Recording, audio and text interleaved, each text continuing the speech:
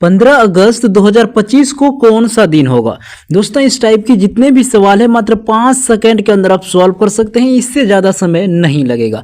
दोस्तों इसके लिए आपको क्या करना होगा, 3 कोड याद रखना होगा। देखिए पहला महीना का कोड है, दूसरा दिन का कोड और तीसरा शताब्दी का कोड, और इसके साथ में एक छोटा सा सूत्र याद रखना होगा जो कि अभी हम इसी वीडियो में हम आपको बताने वाला हूं। तो दोस्तों चलिए इस कोड के ऊपर एक बार नजर मारते हैं, उसके बाद क्वेश्चंस को सॉल्व करना शुरू करते हैं। कैलेंडर दिन का कोड, देखिए रविवार का कोड होता है 1, सोमवार का कोड होता है 2, मंगलवार का कोड होता है 3, और बुधवार का कोड होता है 4, और गुरुवार का कोड होता है 5, और शुक्रवार का कोड होता है 6, और शनिवार का कोड होता है 0।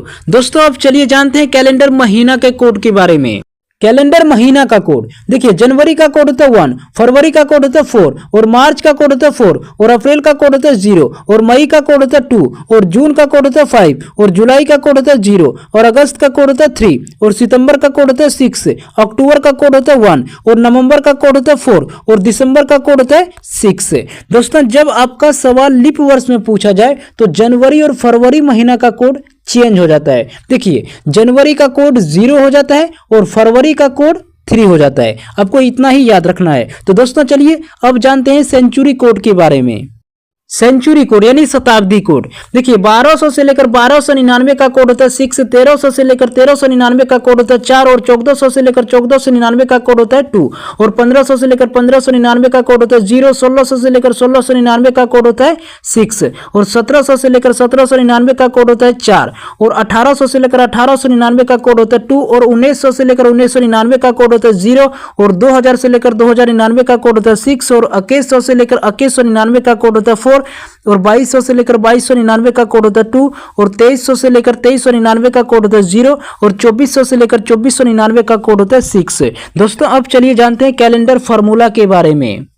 कैलेंडर फार्मूला, देखिए पहले आपको लिखना होता है दिनांक, उसके बाद आपको लिखना होगा महीना का कोड, उसके बाद आपको लिखना होगा वर्ष, वर्ष का आपको लास्ट 2 ही डिजिट लिखना होगा, उसके बाद आपको लिखना होगा लीप वर्ष, उसके बाद आपको लिखना होगा शताब्दी कोड, और सभी को जोड़ के 7 से भाग दीजिए, आपका राइट आंसर आ जाएगा।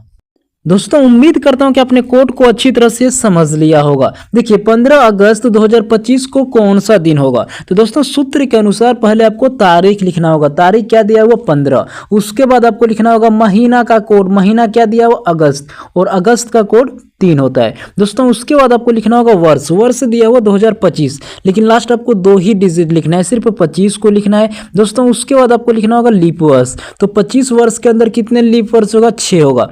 दोस्तों उसके बाद आपको लिखना होगा शताब्दी कोड, तो 2000 की शताब्दी कोड कितना होता है, 6 होता है। सभी को जोड़िए, 7 से भाग दीजिए, आपका राइट आंसर आ जाएगा। दोस्तों अगर हम सभी को जोड़ें तो कितना होगा 55, 55 में हम क्या करेंगे 7 से भाग देंगे, तो कितने बार में 7 बार में, 7 7 कितना होता है 49। दोस्तों शेष आपका कितना बचा 6, ये जो 6 बचा पता कीजिए 6 जो होता है कौन सा दिन का कोड होता है। दोस्तों आपको याद होगा शुक्रवार का कोड कितना होता है 6 होता है, यानी सी ऑप्शन आपका राइट आंसर है। 15 अगस्त 2025 को कौन सा दिन होगा दोस्तों, शुक्रवार होगा।